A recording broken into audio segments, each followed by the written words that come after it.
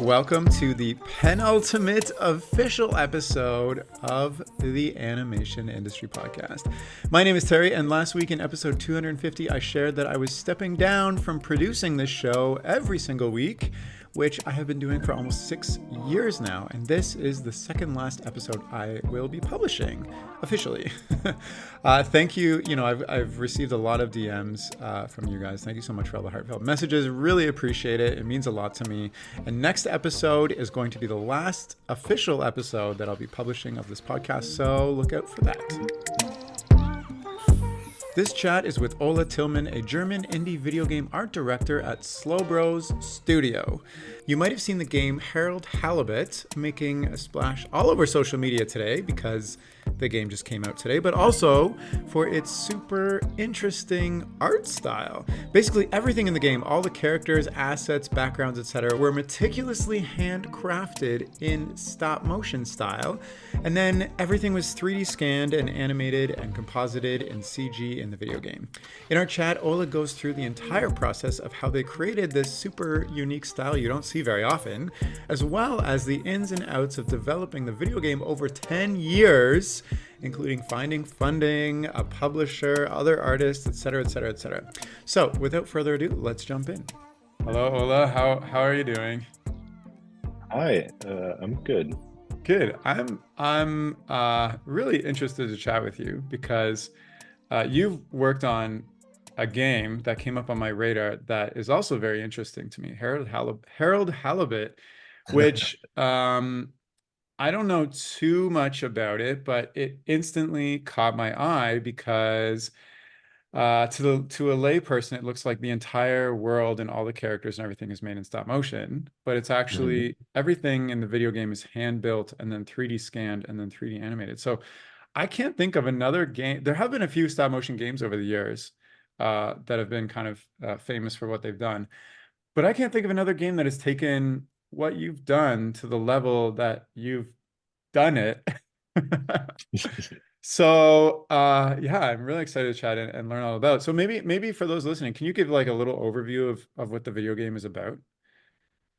Yeah, sure. So it's we've been calling it a handcrafted narrative game. It's most closely associated to like the adventure genre, probably. Maybe even walking simulators. You play as Harold, who is like a janitor slash lab assistant, sciencey assistant on board of a spaceship that crash landed on an alien water planet. And the backstory was kind of that the spaceship is like an Ark-like situation sent off from Earth somewhere during like Cold War times, thinking that the world would end, and just kind of loosely aimed at a habitable planet. But yeah, then once they get there, they end up crash landing at the planet and realizing that there's no landmass or habitable space, and so they're just kind of stuck there in this water planet once the game gets started. And yeah, you play as Harold and you wander around the ship and try to figure out how to get back into space, basically, or any other place than this stuck situation, essentially. Oh, sounds very depressing. Earth is ending. Let's send out an Ark. It crash lands on the worst, well, maybe not the worst possible planet, but it crash lands on a water planet, and you are a janitor slash lab assistant who the fate of all humanity is left up to get back into space. Okay, interesting. Okay, let's dial it back a bit. So I want to talk about how you came up with this game in the first place, but you're traditionally an illustrator Yeah. by trade. So like so tell me the progression of, I guess, like being born to realizing you're very talented with like color and line and becoming like this cool illustrator to then working for years and years and years on a video game. Like that seems like I don't know how many illustrators end up full-time video gaming. Like maybe where did this start? Uh, that puts it really loosely, from being born. Well, I mean like figurative speechly, like Right, yeah. No, I know Like, what you mean. how did you get into illustration in the first place and make a career out of it that led to video game? Um, so the art interest is, I think, a pretty standard um path, I would say, from like just early childhood drawing a lot and then focusing kind of more and more on it and realizing, thankfully, like really early on in high school that I want to make this into a career of some kind.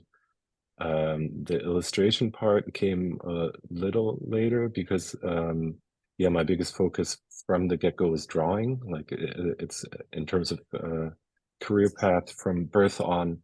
It's really funny. My mom kept a bunch of our early artworks from my sister and me, and my sister's work is all like colorful tunnels. Like she definitely went for the like bright crayons and colored pencils a lot, and everything that's kept from me is just like black and white. I don't think there's a single color thing, and it's all very like comic looking. Like it was very illustrative from the get-go, and very like strange characters and stuff. Like apparently, looking back, I eventually found these in a basement a couple years ago, and it was just so funny to see that difference, that there was some kind of immediate focus of just like sitting around collecting um yeah, weird characters and bugs that are all just line drawings in black and white. um but yeah, then thankfully I realized during high school at some point that um I think even then there was a video game interest, definitely, or concept art in general. I got sucked into a forum back then, which I think it might have just been called conceptart.org or something. There's like a huge concept art community, which looking back also feels really weird. Like it was a very bro-y scene from what I remember, where it's very much like, like focused around, I liken it now to like an athletic um like communities, where it's just like you gotta like train your drawing skills real hard if you want to like make it into this job. And people doing like thousands of self-portraits every day to like maximize your skills. And um I definitely enjoyed like hanging out there on the internet at the time, and this was like my biggest like into like an art education before any kind of formal education happened. And it was really helpful in that way because they do just like cover a lot of the like classical realistic drawing beats, basically, that are part of like the probably like British tradition or something, where it's just like, you start off with some kind of like grayscale drawing of what you're seeing when considering perspective and forms, shapes, and whatnot, and Yeah. the lighting that hits it, and then you thinly add colors, and then eventually the like digital transformation of that technology, basically. And yeah, I just remember it in terms of like the full development, that was definitely a crucial step at some point, was finding that forum and all these people that are like super focused on drawing. But then I kind of dipped out of there because the actual like content and thoughts that were coming out of there like didn't line up with what I was interested in. It just seemed to um, very much revolve around tropes, at least from what I could tell. Like especially in terms of concept art for video games, I kept seeing the same like space stations, the same orc and elves section, and yeah, it was just that world became a little closed off and repetitive to me. And that was also in parallel to like actually finding universities.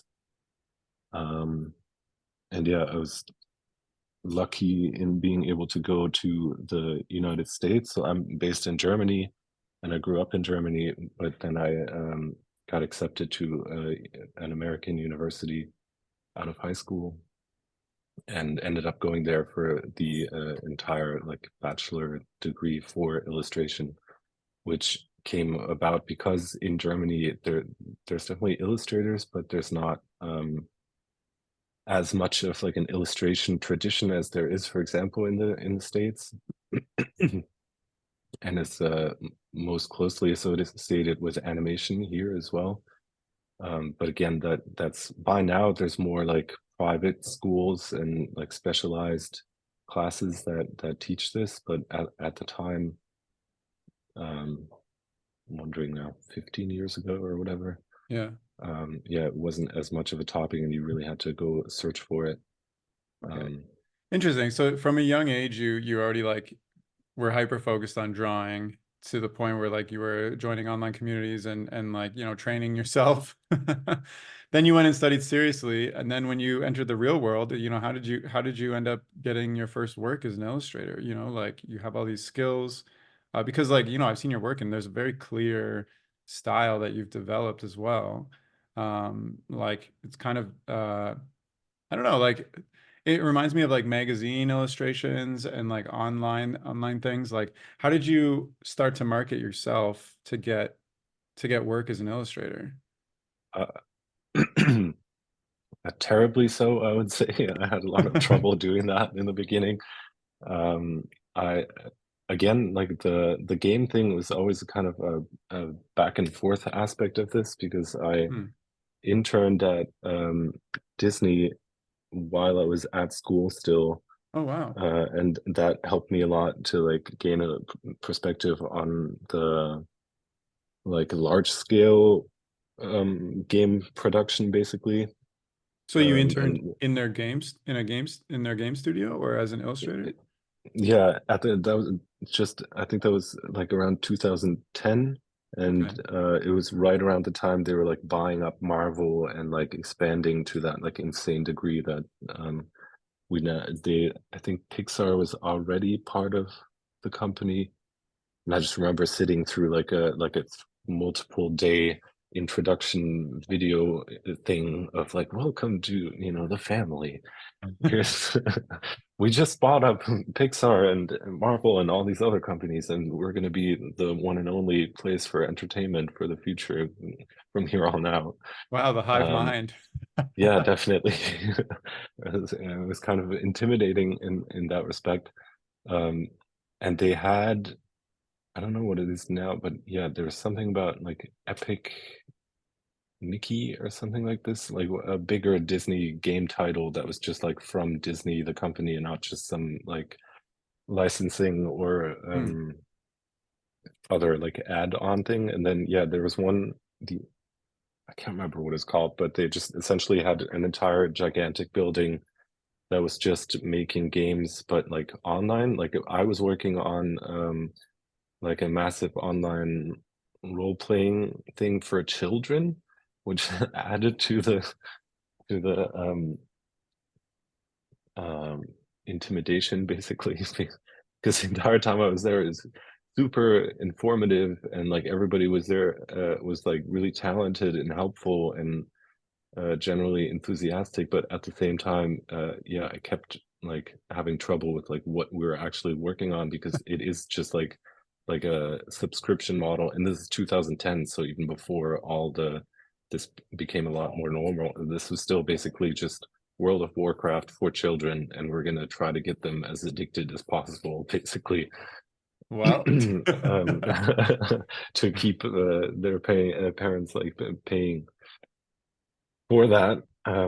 But yeah. yeah, in terms of just like from my perspective, it was, and in terms of being in some kind of industry, it was really helpful to like gain an understanding of like what full-time work looks like, what and different kinds of. I kept having access to like everybody in the building, so I could just talk to anyone I wanted to, and they had like lectures there, So you and were taking full advantage of like talking to people, going to lectures, like because you wanted to make your own video game down the line. You're like, I need to learn everything, or you're just like, I'm here. It's Disney. Why not?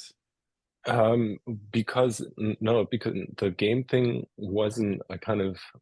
I think that was might have been the first time since those like concept art board and internet days that I considered this option after the like orc fantasy letdown loop thing I was talking about earlier.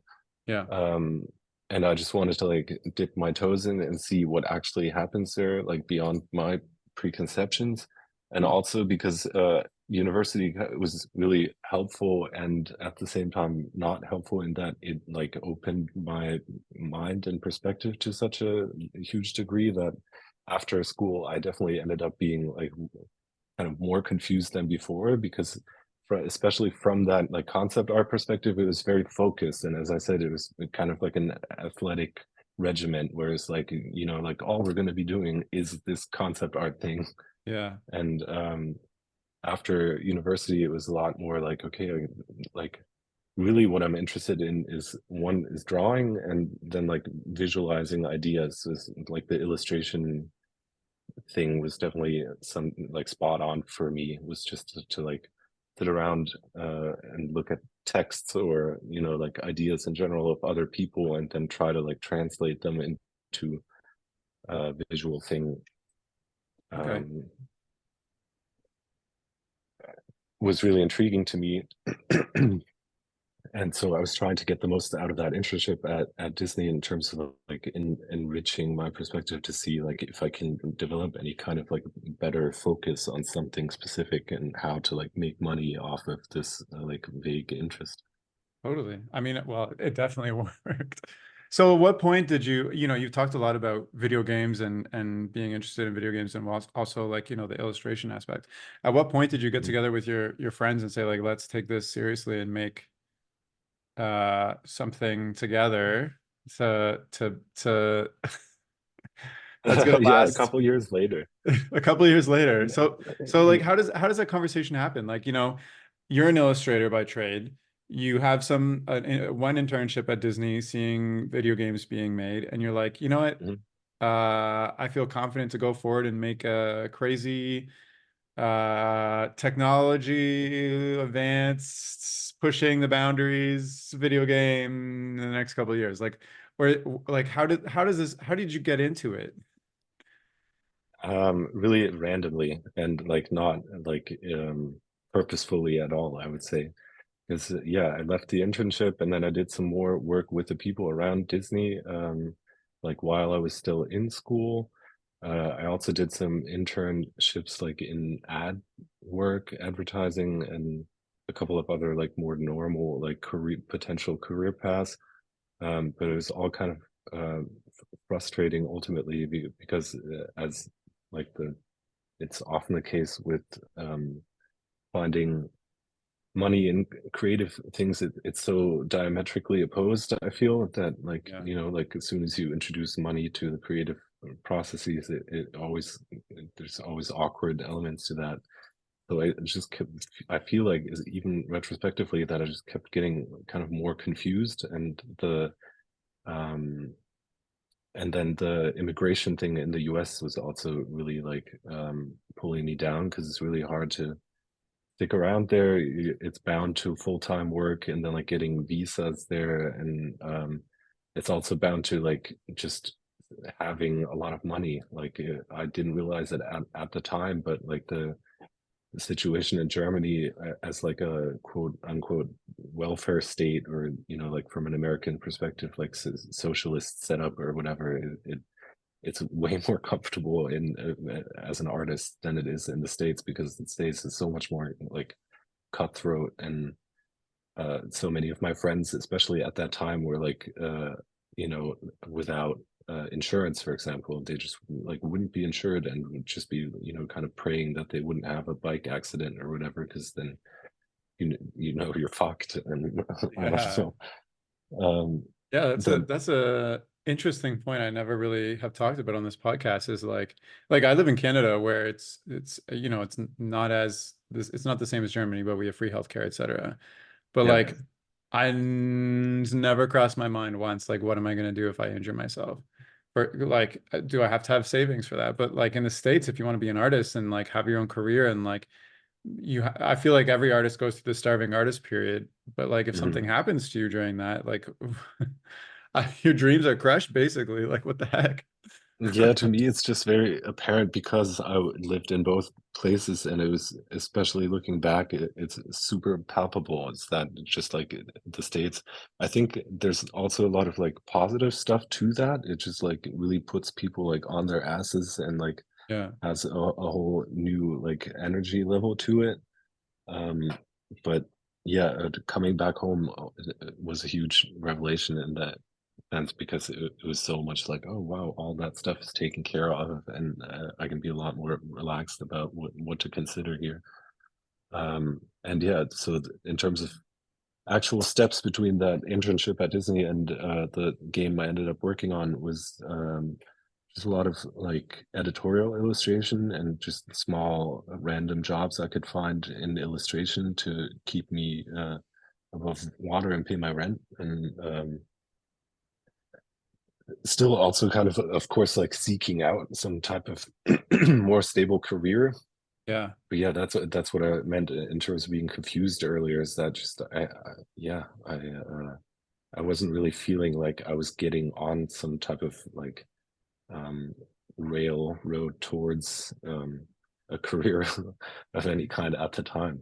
So And so I just how did that initial conversation go with the other guys that started the video game? Like, because it's one thing to say, yeah, let's make a video game and do a few sketches, but it's a whole other thing to be like, let's go all in and work on this no matter what and see what happens and like take things seriously, invest our time, invest money, try to find, funding, get publishers, get marketers, like because some of the, creating a video game is very expensive, especially like how you've done it. It's very time consuming. You have to use multiple, cameras and technology. That's all very expensive versus either just doing it on the computer and just, I don't know, doing it in Unity and illustrating on the computer. So like how did that initial conversation go where you just were like what was the feeling like, yeah, this is what we're working on no matter what, or like it just kind of evolved? somewhere between that, I would say. So the initial conversation was the three other people that we ended up founding the company with had been talking to each other and had built a first set, which is Harold's room, the main character's like So personal how little did you find getup. these other people in the first place, like There we so we're all from the same hometown in Aachen in Germany, and I think we're connected through our sisters. They all knew each other and hooked it up somehow. so you're And over like the a three, bike or you're having a beer or something, as the two stereotypical things I know about Germans, they hike a lot. not And you're even like, yet. let's make a stop motion set. Like No, so it's, the three other people were already like friends amongst themselves, and I was kind of added to this group, and they had been talking about, they came from like different backgrounds as well, especially like film backgrounds, like live action film, okay. um, and had also just gone through like school and gone through the first couple of like professional things to do. Um, and like their original thing was literally that they couldn't do it any other way. Like they didn't know how to like properly draw or like to do 3D or any of the other like basic or common game development skills. And so they started out with the stop motion set because it, especially one of the members is like really good at building stuff. So he built a little room, and they were like, okay, this is maybe where this story could start.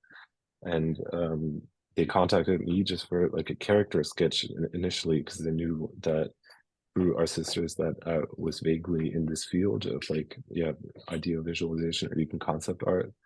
Yeah. And they just asked for, yeah, the main character and what he could look like.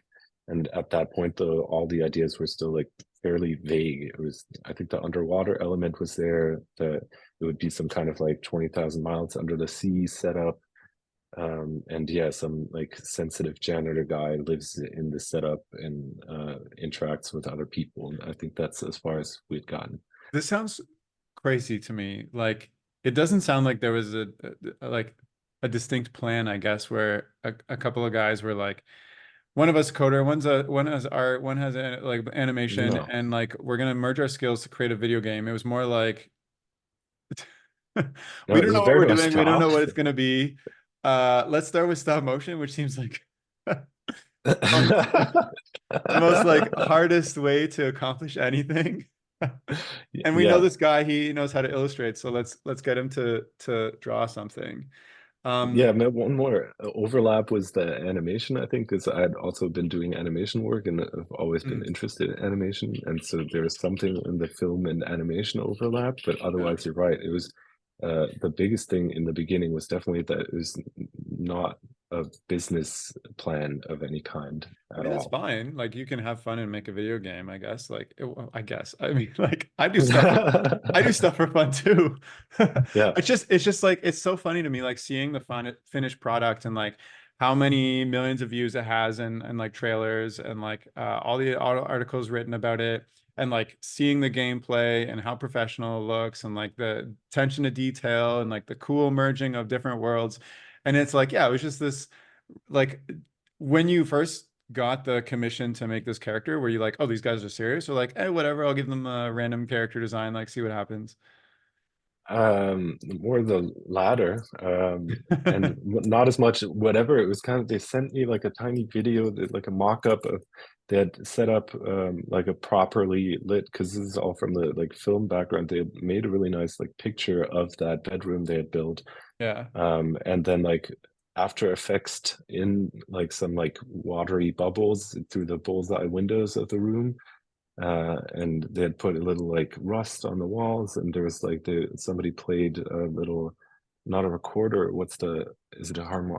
No, the little like keyboard based flute Oh yeah, yeah, I instrument. know. I don't know what that's Yeah, called. somebody was playing music on that, and it was just a little loop of that room, and they sent me that, and they were like, "Hey, I think we're trying to make a video game that involves stop motion and hand built stuff." And Were these guys that working full time at the same time? Because like I feel like you have to be in a pretty special place to collab with multiple people on a project that seriously. Like I've done collabs with other artists over the years, and like the deadline is like a year and like people jump in and out and like you know what I mean? Like I feel like yeah. everybody kind of had to be in a pretty interesting place to go that hard on like one project. Well, I think it's really important to throw into the mix now that it's been, more than 10 years since Well, yeah. then. So Yeah. so that makes a huge difference in terms of, expectations and going through to the point we're at now. But yeah, the initial thing was I know what you mean exactly, and it didn't feel like that normal, let's collaborate on, like one painting together or one, like animation loop. Um, it was a lot more loose and free Mm, for some reason. Maybe because it was also just multiple people from the get-go. And I would assume that for the others, that the collaborative way of working must have had something to do with the film work too, just because film is so yeah. reliant on like some like ghost hand in the background that like pulls it all together. Like, Ghost surely hand. there's, well, yeah, you have, that whole No, I hierarchy know. of I love producers that and term. whatnot, but ultimately, all the different departments do just kind of work by themselves, kind of blindly trusting to some degree, and you all just like shove your parts um, Yeah. in front of you until you end up with a film. So, it took 10 years to come to a finished product. At what point Mhm. along that path do you take things seriously and start to work on this full time and like dedicate, because you got like you mentioned before, you have to pay rent, you wanted a career that was more stable. But like it it doesn't seem like the solution to all those things, I guess. Like No. so at what point were you like, you know what, this is a big project. I'm going to become a full-time art director designing this video game world and like dedicate your career to this. I think so very quickly, we all, like the four of us, realized that there's some um,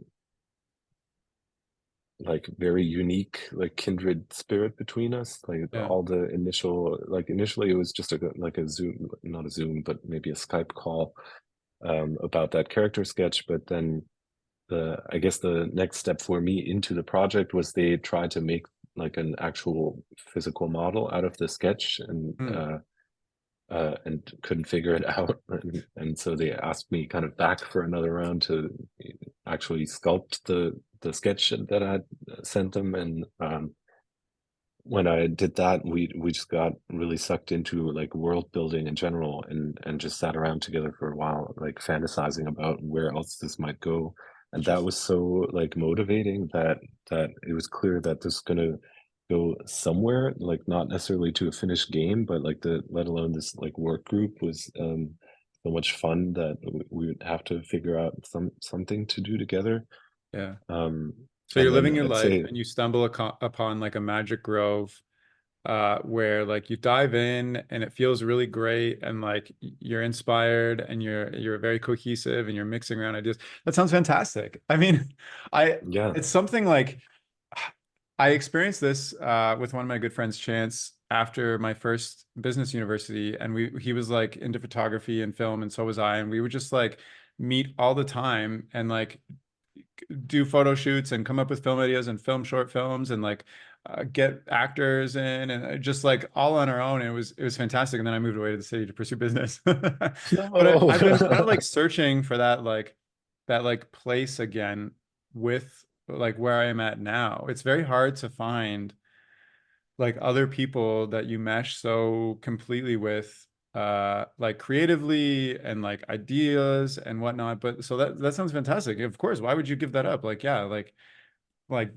hanging out with some guys and like creating some art and like trying to see where it goes. My next question is kind of like you said there was something there, there was something there to explore. Um, like I think that is one thing, and like something, how do I say this? Something that is marketable and people want to buy is a totally different thing, right? Like you could have made this video. There's many people who make like projects that are like self-serving in the sense that it's like a fun time and they don't really Mhm. care what the result is. But Yeah. like at some point you guys decided this is we want to make this a game and sell it and try to make money off of it and find funding and take this seriously and make money ourselves. So like at what point was the crossover between this is really fun and exciting to let's take this thing that we all love and like turn it into something that other people are going to love so we can make money, I guess. Yeah. Not, I mean, that sounds so harsh, but like it's the No, I know what nature you of mean. how things go. Yeah, I'm just kind of thinking about like to how much of that thought was actually there. I think it's distributed across the group too. Like there's um some people that are more uh or were focused on, like the even the possibility of making money off of it and it being self-sustaining, and others that were more focused on like making the thing without Yeah. considering the business aspect of it. So That sounds like a I good don't know. mix, though, to be honest. Like you need people who Definitely, don't yeah, want to think about the money at all to really yeah, to really push different ideas. And you need people to think about the um, money to keep those people on track. yeah, yeah. Although we're definitely like overall more on the like not being too rational about money things, Yeah, yeah, basically, yeah. to be quite honest. And probably in the long run, we'll need to focus more on that. But so it was probably 2 years later, 3 years later. There's definitely just a couple of years where, first of all, we went from the stop motion experiments and really like we photographed the backgrounds and had like still static backgrounds, and then with green screen uh, walk cycles on top of that. Basically, that was the first tryouts, was to have like what 8 different directions for the character to walk in, then like a like pick up an object animation. I don't think there was a jump, but a couple of like basic things that would happen in the game. Record all that, and then like yeah, key it onto those backgrounds. And then I think the first issue we ran into was the lighting, that just like we couldn't, the lighting of the backgrounds was really dramatic kind of from the get-go, because we really wanted that like atmospheric underwater light to come in through like bullseye windows and um, have like fish kind of swimming around on the outside. And then it was very apparent that the character was photographed elsewhere. And because it's interactive and you can't have, like process the light, like bake it in for the one walking Yeah, yeah. portion that's happening, you need to consider some kind of interactive lighting scenario. And then we got into like sprite based. There's like a program that could calculate like rough lighting scenarios, basically, like have a vague general light source on the left or the right side, and then have that affect the flat photography of the walking cycle. Um, and that helped to some degree, but it's still like the finished like prototype that we had going from there like didn't really work satisfyingly yet. It's And so that's kind disappointing. of You yeah, did yeah, eight but different walk cycles from different angles and jumping and picking up objects and green screen and putting it in. And that's so much work. And then to look at it and be like, oh.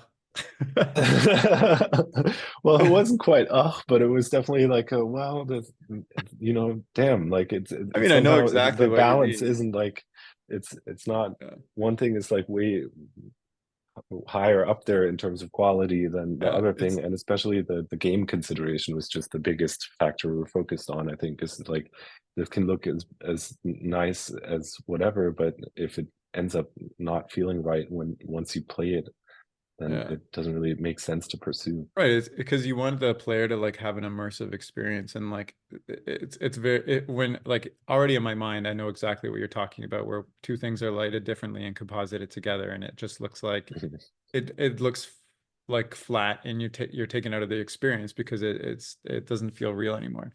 So then you Yeah, decided to 3D scan everything.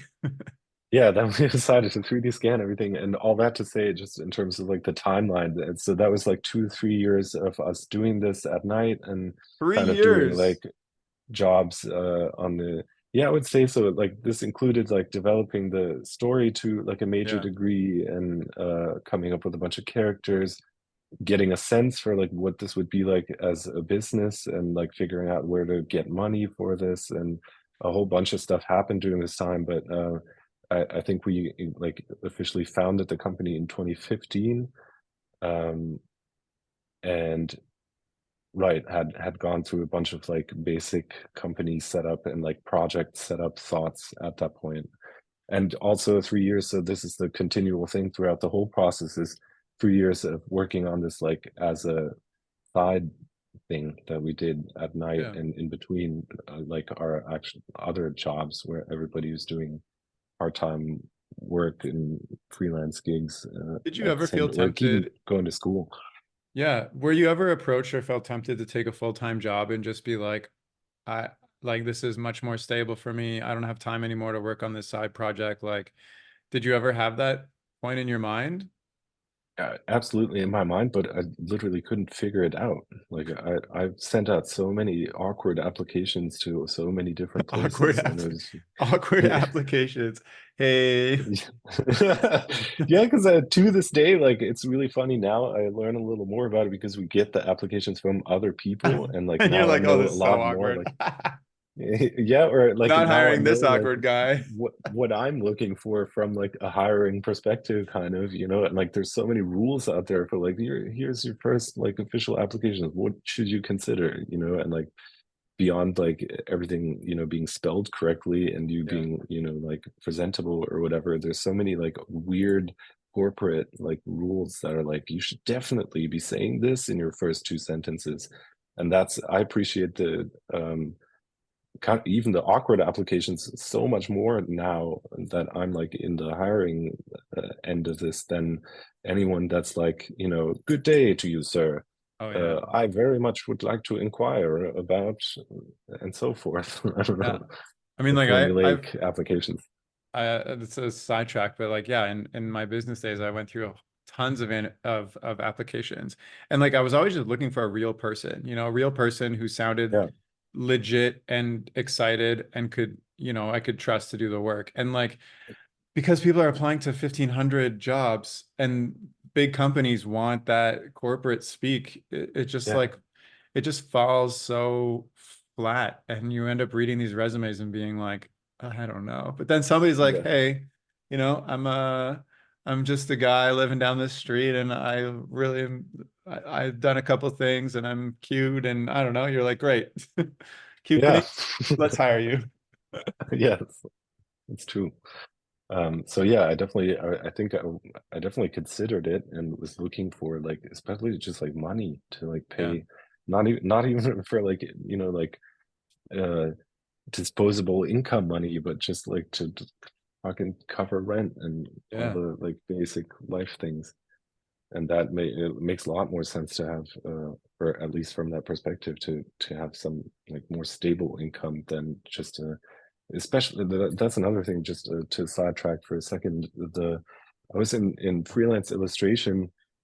I was like haggling over, like 50 to 100 more euros, for like days and weeks on end. And looking back at it, like knowing more about like corporate like um budgets and stuff, like that seems even more ridiculous to me now than it did back then. And like hearing like I was like working animation stuff for a production company here in Germany, and I was also friends with some of the people inside the company that were working on like the more of the businessy end, and they straight up told me at some point that like, oh, we just have like a general rule here, like whatever the budget is, you should always have like offer 50% at most on your initial calls with like any new people that we're looking to work with.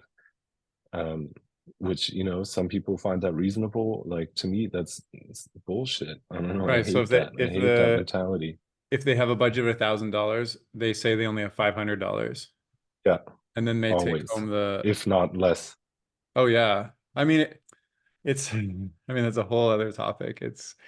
Yeah, It's really disappointing, and it's so easy to take advantage of people because there's so many people wanting to be and get into art, and it's competitive that, you know, like you said, you were haggling over 50 to 100 euros. yeah, And then later on, you learn that they had hundreds, thousands more maybe to give you. yeah. I mean, like in my past experience in the business world, we worked with agencies, and like when we were a big company, we had $1 million retainer for the year, every single year. And sometimes we didn't even spend it all. So we'd be like, all right, give us $300,000 worth of extra creative for whatever at the end, because we didn't spend it. And it's like, it's crazy. Yeah, It's like the industry is a bad place right now, but there's so much money. It's just like people are not willing to like trickle it down, unfortunately, to artists. It's so stupid. Okay, so you're sorry. Back to the actual timeline. not having a great time, but it doesn't sound like you're having an easy time like figuring out your career Yeah. with illustration. And you've got this really cool magical project on the back burner that just formed as a company. At Mhm. what point did you say, I'm gonna jump into this full time? Because like, did you ever work on it full time? Are you still working freelance, I or was is gonna it say. because With, I know your company went through like slow bros it's called, I think. yeah.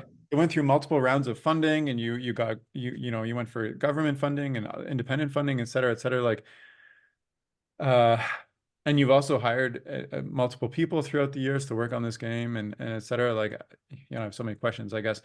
At what point uh like was working on the game an actual income stream for you versus like just a hobby? Um, I think from that, like around 2015, so we founded the company in order to receive government funding, which in Ah. Germany we have like a film fund that's been around for Hmm. quite some time that eventually expanded like at least a little bit into video games. It's still a little surprising that like how reluctant they are about that topic, and like Yeah, video games that are a that's multi-billion, maybe yeah, yeah, maybe a but hundred then no billion one dollar seems to industry. I get don't it. know. And they're I like, don't know. I don't know about this. Yeah, Bigger than but movies. definitely. But yeah, so at the time they had just like sort of started to venture into the sector, and gave us our first round of funding, which was, I wonder for how long, probably like a year and a half or something, between, like 7 people or something. We stretched that as far. I remember like definitely making there's a lot of like bureaucratic nonsense to the Yeah. application process for all the funding, and we definitely put in like like industry standard payment or something, but then it realistically ended up paying ourselves half of whatever we announced on our application sheets, just to like make it last as long as possible. Yeah. And again, we're only kind of like supplementing that with in between jobs, even then. And I'm wondering, now that you asked the question, I definitely probably the last 2 years, we've worked on this full time and like nothing else. Oh, But yeah, congratulations. thank you. Yeah, that was definitely big, but also like at that point, almost unnoticeable because we're so like deeply focused on the project at that point. But all the time before that, even if we had funding, we always had to kind of like support it a little bit here and there with random other projects. Interesting. I mean, it makes sense. So you're working on this seriously over the years, and then you realize you can get some funding, but you need to, incorporate as a company to get the government grant, which you get, and that supports you for over a year, and you stretch it out. Then you have to, then that funding ends, and how did you get like a private funding? Because that's a whole different thing than a government application. Now you have to convince people who want like a return on investment, and can put their money to other places, that probably have less risk, higher return, more consistent payments, et cetera, et cetera. Like where you're just like four guys making a video game. How do you Mhm. convince? I don't even know who you're convincing. Who do you talk to get money? Like obviously you can go to your friends and family and be like, you know what we've been doing forever, and they're like, oh great, your hobby, your little stop motion project, yeah, great, you know. But Yeah, how do you go to actual people who have like, I don't know how much funding you get, you don't have to say, but like hundreds of thousands of dollars they want to give you? yeah. So in video games specifically, the way it still always works is there's always like a development company that actually makes the game, and then a publishing company that takes care of, first of all, funding, Yeah. giving you money ahead of time to actually develop the full game, and then also usually localization, marketing, and like distribution afterwards, handling like the actual getting the game to people portion. Um, and the initial talks are usually based on a prototype of some kind. This varies pretty hugely between different companies, whether this is, like you have a ton of experience and only, like a couple of pages of a text page based Yeah. pitch, or if you're completely unknown, but you have some kind of crazy mechanic or a huge Instagram following or whatever other like noticeable perk that puts you above like other applications. Um, and for us, the way in was our failed Kickstarter campaign that we ran like during the time of the government funding, which, yeah, I'm also retrospectively so thankful that we didn't make the goal for many reasons, but also like the main reason being like the disappointment to people.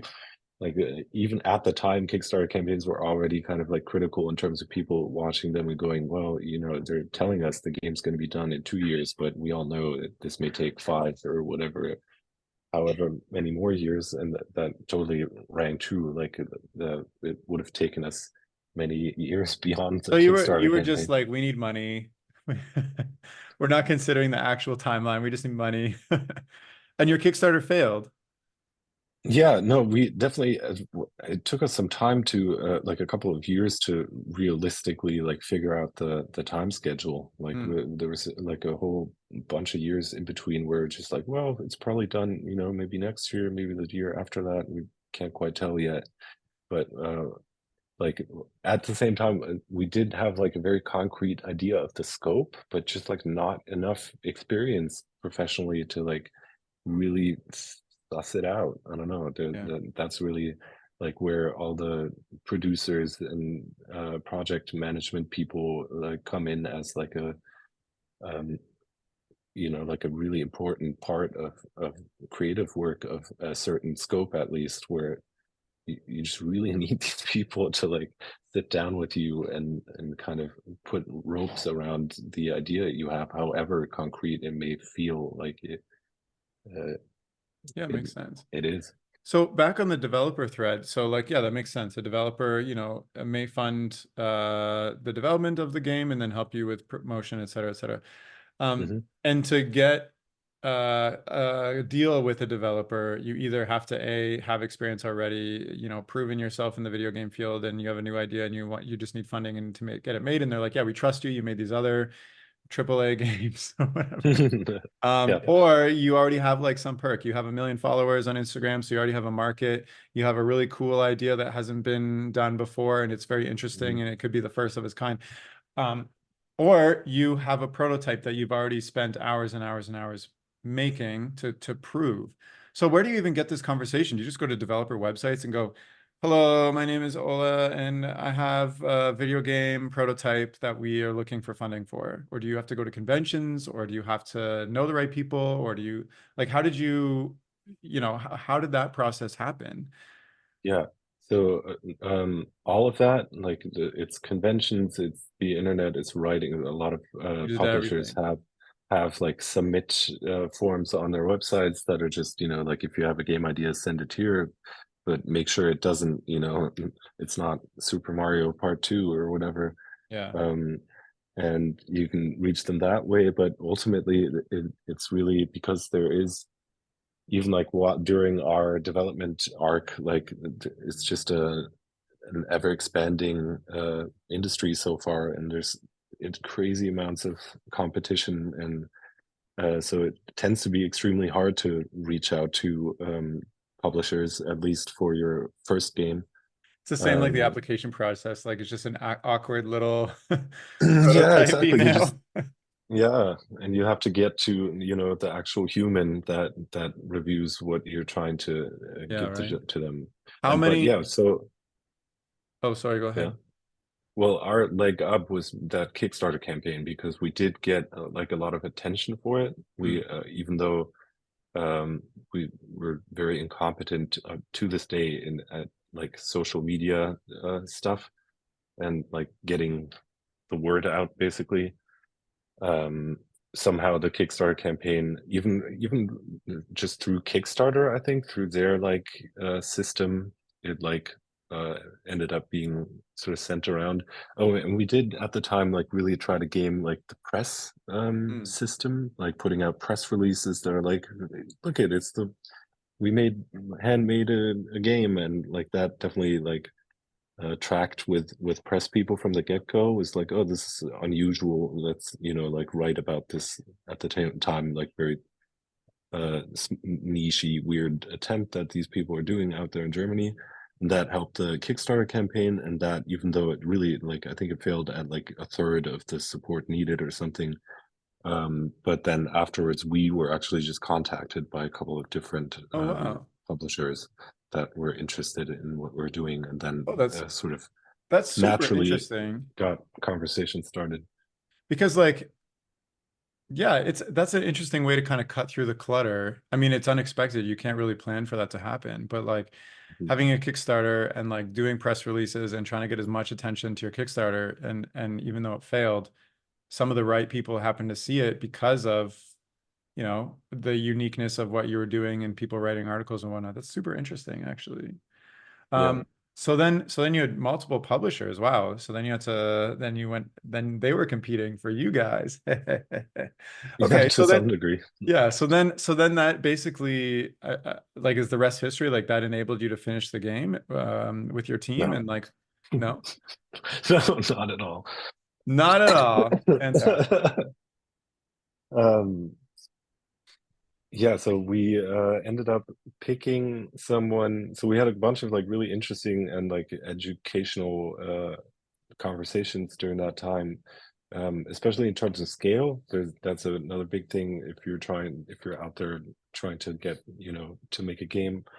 Um, there's all kinds of publishers, that deal with just exotic, tiny indie games.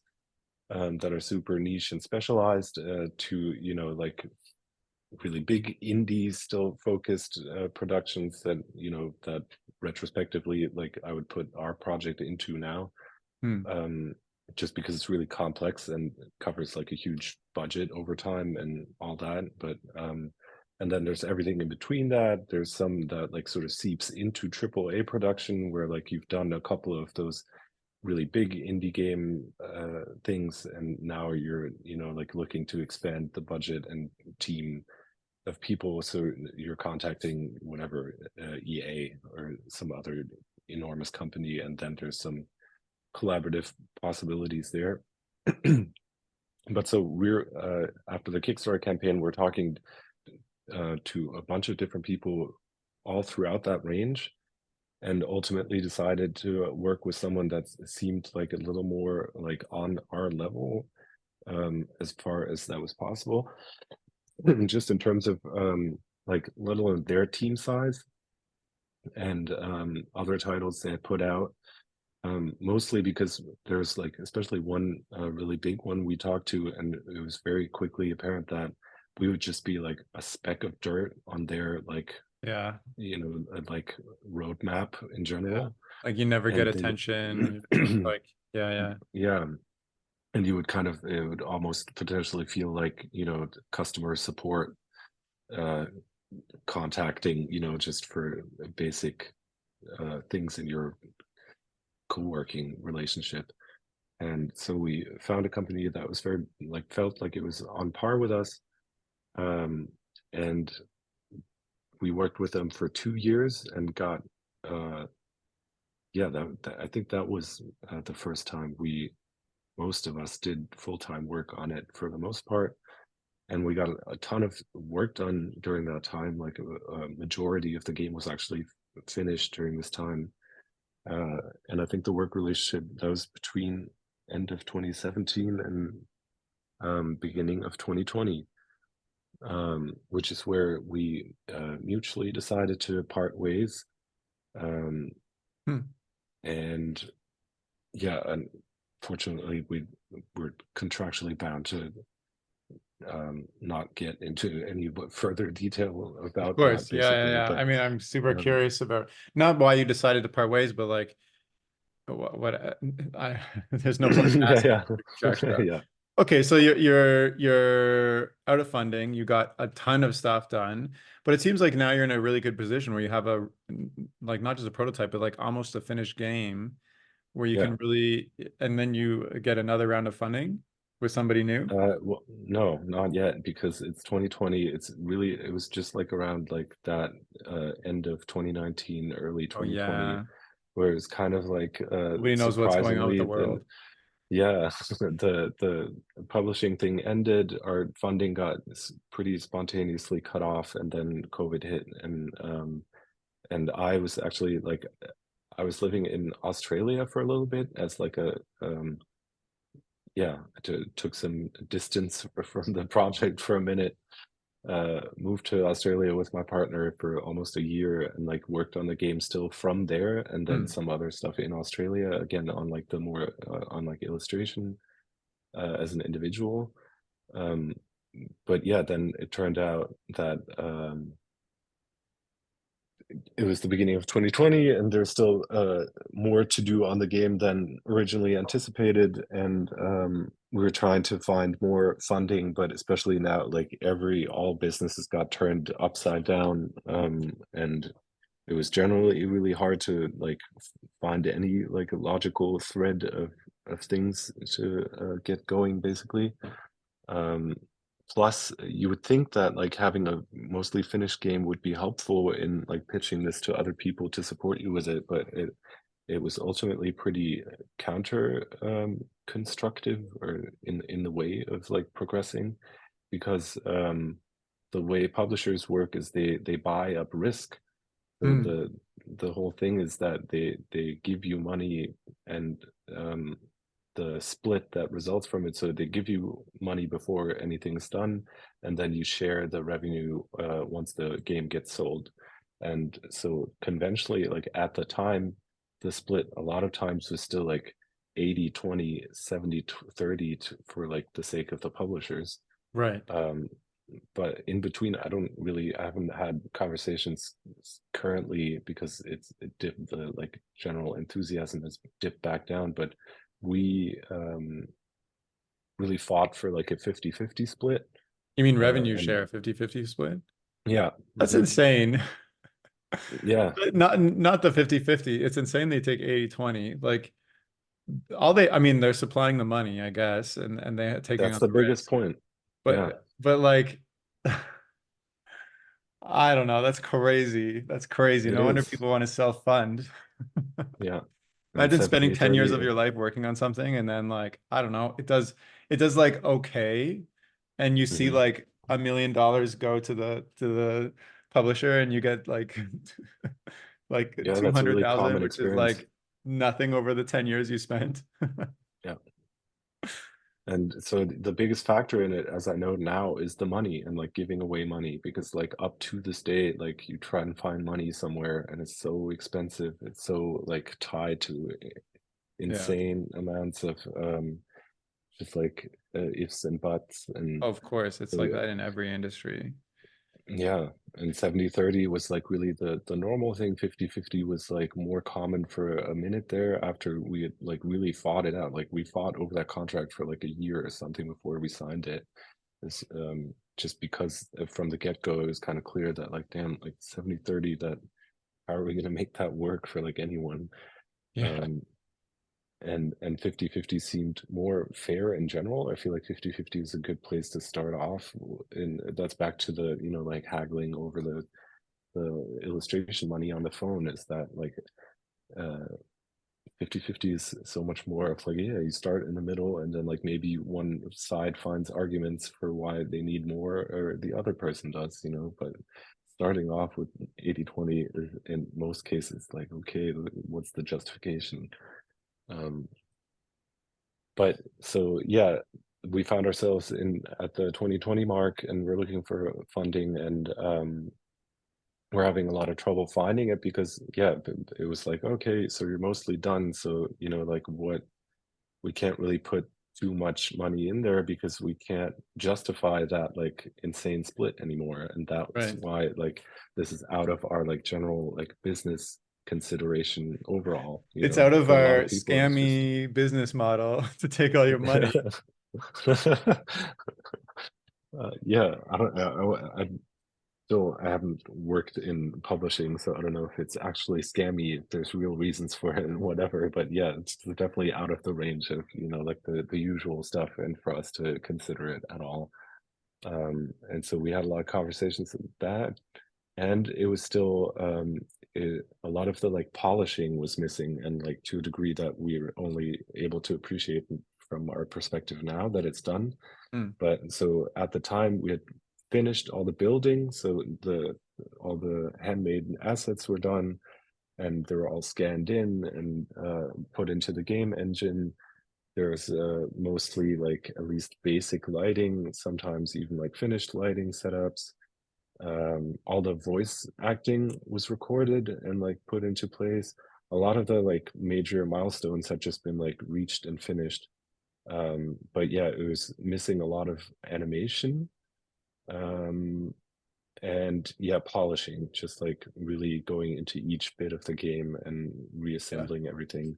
And that was a portion for, in terms of like selling it, that made a huge difference, as we realized once we got. So I think we spent a year just like talking to people, pitching this to all over the place. And again, this takes so much time. We like Wow. even Yeah. we cut it back to our like 4 people founding base, and everybody else went back to doing different freelancing projects. And yeah, but all the conversations kind of didn't lead to the right places. And I can't remember off the top of my head right now where this idea came from, but we put together a trailer early in 2021 that we'd been working on for some time, then just like collecting the most finished parts of the game, or even going through. I think the way we made that trailer was just to go through like our the story of the game, then picking all the like strongest voice acting parts from that logically connect to like reflect the story, and then finding all like the animations we had already recorded, or like the places it happened in, and polishing just those elements to just have a really finished looking trailer in the end, basically. And then once we released that really like got like reached around for the or handed around for uh I think the most compared to like anything else we had published beforehand, and got us like the attention needed to like find the final source of funding, which was the Xbox Game Pass agreement. So Oh, that Microsoft offers the game in their as part of their Game Pass subscription model, where you can just like pay a monthly fee to play a selection of games, and they at least promise money beforehand, so it's still not like a payout. They don't just pay you to like have the game in there. They pay once you put out the game. But on okay. the other hand, that was the only restriction. So with the publisher, it's still a lot of like conversation about sometimes even the content of the game. But with the Xbox, it was very non-conditional, and they were just like, here, Just finish it. yeah, just finish it. Exactly. Okay, well, And that that's at was least amazing reassurance that because you can keep going at it. You've got something yeah, coming. Yeah. yeah, that made a huge difference in like our work ethic too. Because then it was just like, wow, we really put our heads down and like finished it. Wow. What a journey. What the heck? Yeah, And here you yeah. are, so close to, being finished. Like, how does it feel? I've it's surprisingly like non-feeling. Just I'm sad, numb. sad to report. Yeah, You're gonna just go because it's live been in a so forest much. after this. Yeah, I mean, I have a daughter at this point, and I'm just like looking forward to just like hanging out with her, and Yeah, just like going to the park and just like, I don't know, drawing pictures with her, that sounds great. You should and definitely also do to that. like hang out with a group too. It's like we've all like been like professionalized to such a degree where it's just like everybody's in their mental business suit all Yeah, day, right. and I'm really looking forward to the future. Basically, right now it's really hard to like understand any of this. Or even also it's like we hired a marketing agency to like help us out with like getting the word out. And that worked well, and a lot of our videos getting a lot of attention, but like I'm really unable to um like I'm really happy about the comments, but then I barely dare to like look in there, even because that's a whole nother thing to like get the first glimpses of like Yeah, right. how people receive it. And so I don't know, yeah, it is surprisingly numb at the moment, and I anticipate though that like in a couple of months down the line, like we'll be able to like spend time as friends again, to like think about like new creative things again, hang out with my family, and like really like loosen up. I don't know. I mean, for sure. I think you should all go to the park and bring crayons and black and white markers for your daughter to draw. And then in 25 years, you can pull them out of the basement and she can be like, wow, I didn't use any color, just like my dad. But also it's interesting how like being in the industry like changes it like jades you a bit. Like it changes how you think about things. And like for me, it's really hard to get back to that place of like pure fun and like timeless enjoyment of art because like I'm always thinking about like, okay, what's the next thing I have to do? Or like, how am I going to pay that rent versus like, I don't know. Right out of university, I didn't even care about rent. I was like, whatever. I'm working at a coffee shop. I'm making my bills. I just want to like live in this fantasy world all day. And now like being through my own processes, it's like hard to get to that state. So I really hope you get to that state and have a good time. And who knows, maybe 10 more years you'll have a completely different project with these guys. You're like, I don't know how we ended up here. Now we're asking for millions of dollars from these other publishers for something. So, do you have any like timid like hopes for the video game? Like, do you want it to be a massive success or just like break even or like you're done with it and you just want to like move on to the next thing? Like, do you have any Like what you said you're scared to look at the comments in a couple of weeks, the game will be out and you'll know, like, Um, yeah, timid expectations definitely. I think we're most of us were always really just aiming to like break even to like get back like the money we owe to whoever out there. And then the like idealistic goal is kind of to like make back the money that we theoretically would have paid ourselves in the past throughout these 10 years, which is already like a huge theoretical build. Yeah, yeah, of which is course, of already course. like a huge aspiration. And then the biggest thing though is that, and that is kind of popping up already, like it's in game development, it's really and probably in most like larger scale production processes, it's we're never really able to like play the game.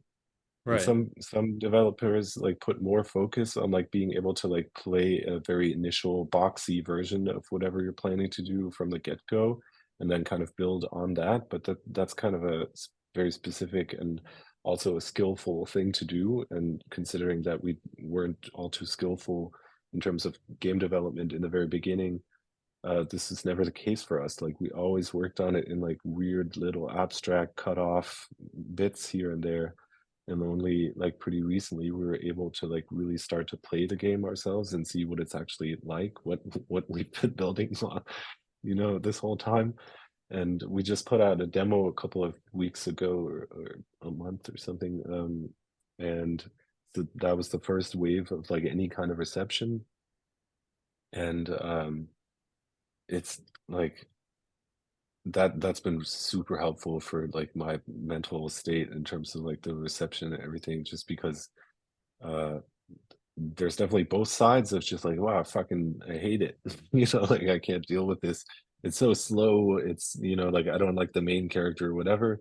Yeah. And being able to like live with that and figuring that that's cool, like the everybody's, entitled to opinions, and being able to like live with that as like one of the people that worked on a thing. But also there's been so many messages of people just like, hey, we're playing this as a family on the couch, and like it's a Cute. hoot. And like like we're sharing like uh thing like little lines from the game like in the kitchen, and like stuff like that's like my ultimate fulfillment. Is just like people are like getting inspiration from like playing the game, or like relating to something in their own lives. I don't Yeah. know, like just like small personal connections. And I think we're pretty well set up in terms of breaking even financially. And so anything after that is like a scale of like how far we can make it into the retrospective salary or whatever. Yeah. um, but it's worth, I don't know, we're already after this 10-year process of like sort of fighting our way through this at times. uh First of all, the group is still like very much like personally connected. Everybody here is like on a, like we're all getting along together, we're all still like going out together, and we all still like share weird fun ideas amongst each other. And we've together like learned so much in the process, and like found a way in general to like finish this thing. Like that's well enough to me. That's As amazing. long as we do break even.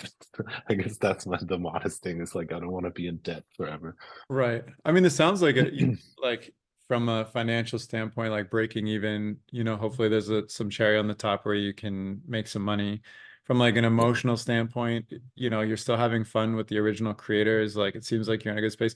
Overall, it seems like a very like good experience, considering that it wasn't something that you set out to initially accomplish. It wasn't like you're like, I have big lofty dreams of creating this crazy video game that merges like real life objects in a 3D environment in another world, and it's like a slow burning story narrative. Like, so it sounds, I mean, it's just been interesting hearing you talk about this. I guess out of this experience, are you anxious to create something, another video game, a new one, or you're just like, I want to take a break and see what happens? Kind of in between. Like we definitely we spend so much time figuring out the like technical pipeline of how to make this happen, Yeah, you how to don't have to bring figure these that like out anymore. hand-built things into a game. And exactly, we don't have to figure that out. We're like very familiar with it. We're super familiar with all the business nonsense. Like we've done so much of that that we're like we accidentally have a like a business here now, and that's kind of Whoops. like yeah.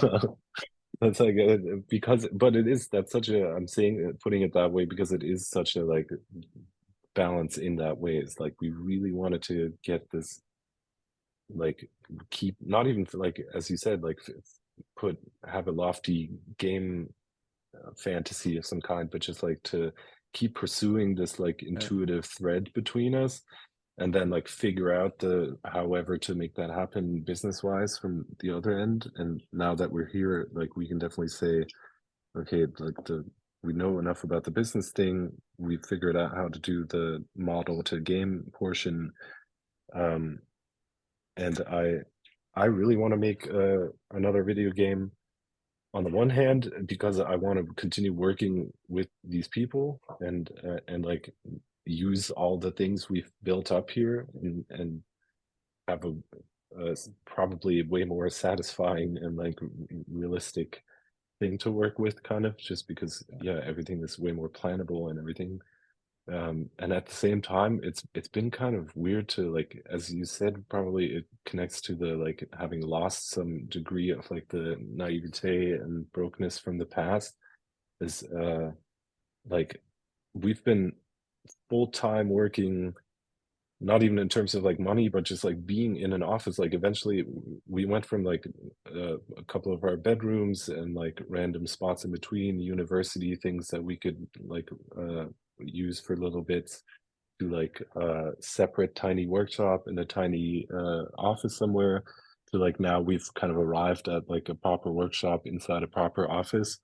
And but yeah, now I would find myself like going here uh all day to like like every day I bike to the office. I'm here all day staring at a computer and then I come home to my daughter late at night and like I'm like hi I'm like the late at night I'm dad your like dad. fuck what is this how does this happen where's my little like top hat and like my little suitcase Oh my goodness. It's what you said is just really interesting because like it's almost a trap, like the next thing that you do, you're gonna want to keep the office and the office has to keep its lights on and it needs rent. And like so the next thing you do, there's more pressure to make more money to keep the momentum of like all the things you've built up going. And Mhm. it's like, yeah, it's a little bit of a trap because like yeah, I even feel this myself. Like there are projects that I would have loved to take on when I was younger that I would never consider now, just because I'm like, I don't have time for that. I got to take on something that's like more valuable or like bigger or like whatever, versus like Yeah. having fun at this stupid little project that's proposed to me or that I even want to do on my own because it's not worth my time anymore. And it's like those things led to where I am, but I don't do them anymore. So I don't know.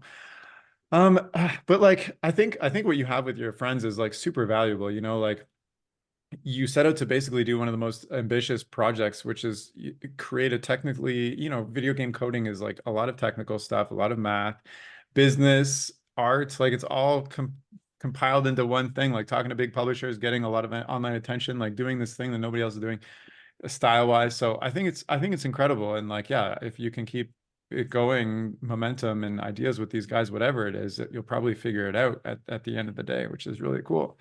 So yeah, I think it's been super interesting hearing all about it. I can't wait to play the game. I have the demo. I just need to find some time to play.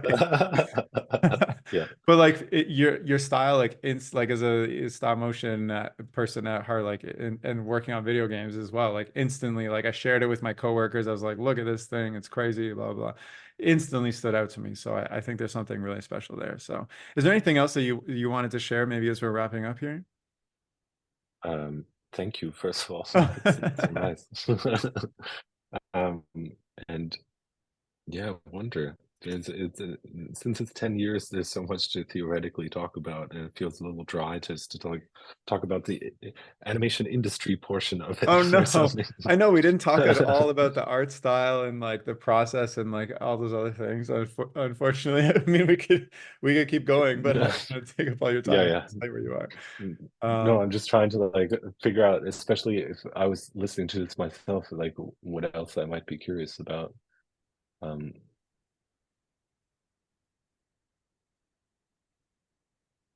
but yeah, no, this industry wise, I think this was a good coverage. Okay, well, that's totally fine. And, like I found this chat really valuable for myself, especially like down the road. I want to make my own video games or partner with people making video games, especially like now that I've been in this industry and been animating for a couple of years. It's like it's like turned me on in a different way creatively that I wasn't before. So yeah, maybe I over-indexed on the on asking about the business side of things and the technical things, but maybe that's just No, where no, I'm at right now. that's not what I was trying to say. Um, I guess one thing I just thought of is the in terms of like people potentially aspiring to become game developers themselves is there's two things that I tend to like share if people ask me for it. Yeah, And one is we were extremely lucky in like finding this group that we're working in. Uh, and then I myself, I'm actually like before this group thing, I would have definitely described myself as like an individual working person. Like I was always fine to work within teams, but I definitely like work my strongest just like alone in a dark room, hmm. like focused on one individual thing. So I totally relate to there's a bunch of like single person developers out there, and I see where that comes from and how that might be tempting. But I like strongly recommend you find other people to work with on whatever you plan to work on because it's so helpful in so many ways, not just because you're sharing skills, but also just in terms of like motivation. Like that's the only reason we were able to pull through with this is because whenever somebody like went off the track and started to doubt whatever was happening or like got confused or had personal problems in their lives or whatever, we always kind of relied on like having each other to like pull us back into what we're doing. um and the other thing is the like in terms of like bringing your ideas to other people and finding support for it. I found it like even in talking to other people, not just for our project, is that the visual element is like by far the biggest selling point. That like whoever you're talking to, like even very early on, if you're just having like if you're like a programmer and like working on that and you have some kind of thing that you're focused on there, um, and yeah, maybe in animation, if somebody's just doing animation and maybe more ad like illustration things aren't their strong suit, like maybe find a buddy of yours and explain the idea to them and have them like commission a visual thing for your pitch deck to Yeah. show it to people because it makes like an incredible amount of difference. Of course, nobody likes to read or like imagine their own thing, but as soon as you show somebody a visual, it's just there. It just exists. It makes so much sense. And like especially with your guys' visuals, which is so strong, like I can imagine that helped immensely. Yeah. So those are really good Yeah. points. Like one, the cohesiveness of like a team and the power of like, motivating and creating something together obviously trumps or it doesn't trump, but like, there's something there. It doesn't matter what you're doing, you're probably going to accomplish a lot more.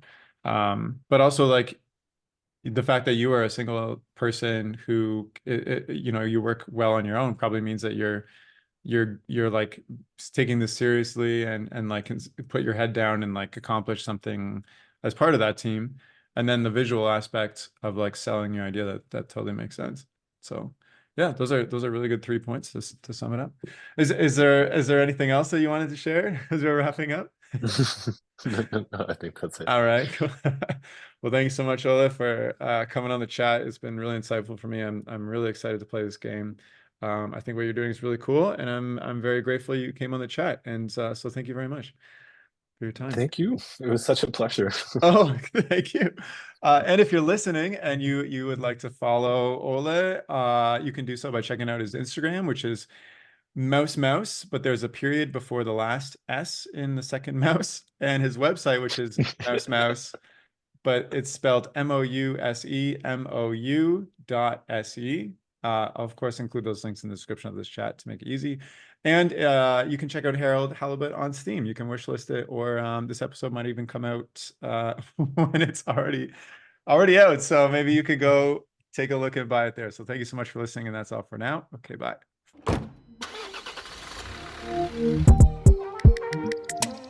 The music for this podcast was composed by Willem Mendo and the graphics by Luhan Wang. I encourage you to look them up if you've enjoyed their work.